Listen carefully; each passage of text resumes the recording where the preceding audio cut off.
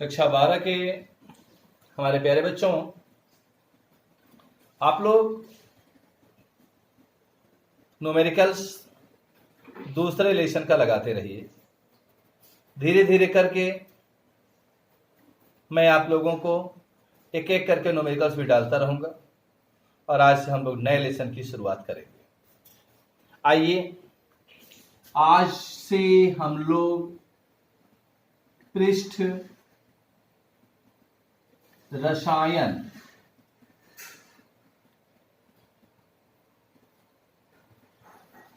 की शुरुआत करते हैं। बेटा, इस लेसन में दो भाग कर दिए गए,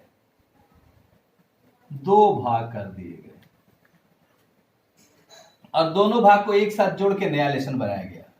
पहले ये अलग अलग दो लेसन थे। पहले लेसन का नाम था उत्प्रेरक तथा उत्प्रेरण, और दूसरा लेसन था कोलाइडी अवस्था। तो बेटा, इन दोनों लेसनों को एक साथ करके और बनाया गया पृष्ठ रसायन। तो आइए आज हम लोग उत्प्रेरक से लेसन की शुरुआत करते हैं। उत्प्रेरक से इस लेसन की शुरुआत करते हैं। क्या है उत्प्रेरक? अच्छा, आप लोग एक बात समझिएगा। उत्प्रेरक की परिभाषा भी मैं बताऊंगा आपको, किंतु पहले मेरी बात समझिए। जैसे कि मैं आप लोगों को पढ़ा रहा हूं, किंतु यह संभव नहीं है कि मैं आपको पढ़ाऊं। पढ़ेंगे आप। मैं केवल आप लोगों को यह बता सकता हूं कि आप कैसे पढ़ो। यानी मैं नहीं पढ़ाऊंगा तो भी बुक के साथ आप धीरे धीरे करके पढ़ लोगे, भले ही टाइम अधिक लगेगा। तो क्या फायदा हुआ?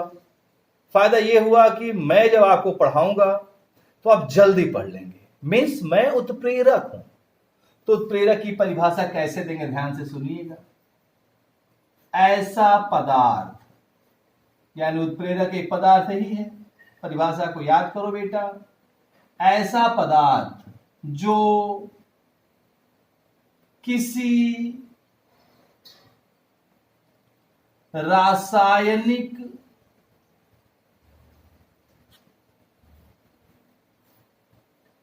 अभिक्रिया को,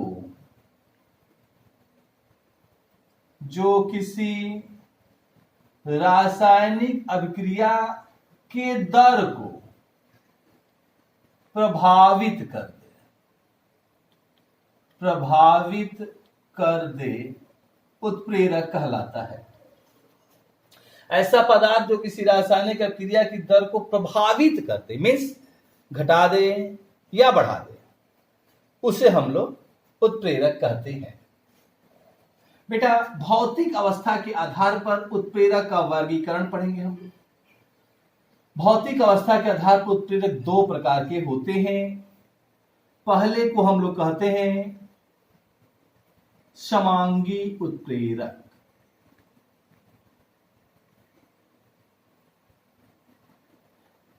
अब आइए, समांगी उत्प्रेरक किसे कहते हैं? समांगी की बात कर रहे हैं। ऐसा, परिभाषा याद करिएगा, ऐसा उत्प्रेरक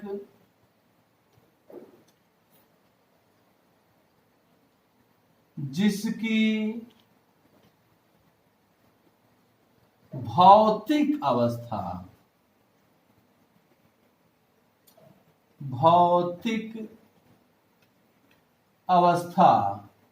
क्या हो? अभिकारक के समान हो। अभिकारक के समान हो, उसे समांगी उत्प्रेरक कहते हैं। अब आप देखिए, समझिए मेरी बात को ध्यान से। बात किसकी कर रहा हूं मैं, ध्यान सुनिएगा। यदि हम सल्फर डाइऑक्साइड को लेते हैं। सल्फर डाइऑक्साइड एक गैस है और इसकी अभिक्रिया अगर हम ऑक्सीजन से करा देते हैं, ऑक्सीजन भी गैस के रूप में है, तो हम एक उत्प्रेरक NO का यहां प्रयोग करते हैं और NO भी यहां गैस के रूप में होता है। हम लोगों को प्राप्त होती है सल्फर ट्राइऑक्साइड SO3। अब ये भी गैस की अवस्था में है, किंतु इससे हमको मतलब नहीं है। ये आपका अभिकारक है, ये आपका उत्प्रेरक है। अभिकारक और उत्प्रेरक दोनों की अवस्थाएं सेम है कि नहीं है? सेम है ना। तो ये उत्प्रेरक क्या होगा? ये उत्प्रेरक आपका समांगी होगा। अब आओ बेटा दूसरी बात करते हैं, जिसे हम लोग विसमांगी कहते हैं।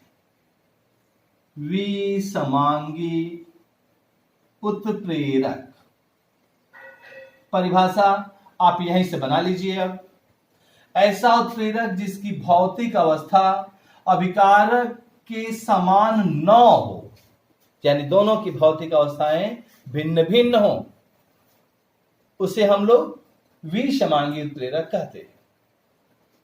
समझिएगा, हैबर विधि द्वारा अमोनिया का निर्माण कक्षा 10 में आप लोग ये समीकरण पढ़ चुके हैं। जैसे N2 गैस की अवस्था में है प्लस H2 गैस की अवस्था में है और इसमें आने वाला उत्प्रेरक आयरन सॉलिड होता है। अब यहां खैर ये भी गैस की अवस्था में, तो इससे मतलब ही नहीं है। परिभाषा तो हमारा अभिकारक और उत्प्रेरक पर निर्भर करता है। तो अभिकारक क्या है हमारा? बोलो। अभिकारक आपकी गैसीय अवस्था में है और उत्प्रेरक आपका ठोस की अवस्था में है। तो ये क्या हो गया? विसमांगी। तो आज की क्लास में हम लोगों ने पढ़ा समांगी और विसमांगी की परिभाषा। अगली क्लास में हम लोग उत्प्रेरक के वर्गीकरण में पढ़ेंगे और धनात्मक, ऋणात्मक, स्व तथा प्रेरित उत्प्रेरकों के बारे में हम आपको नेक्स्ट क्लास में पढ़ाएंगे। तो फिर आप लोगों से मिलते हैं नेक्स्ट क्लास।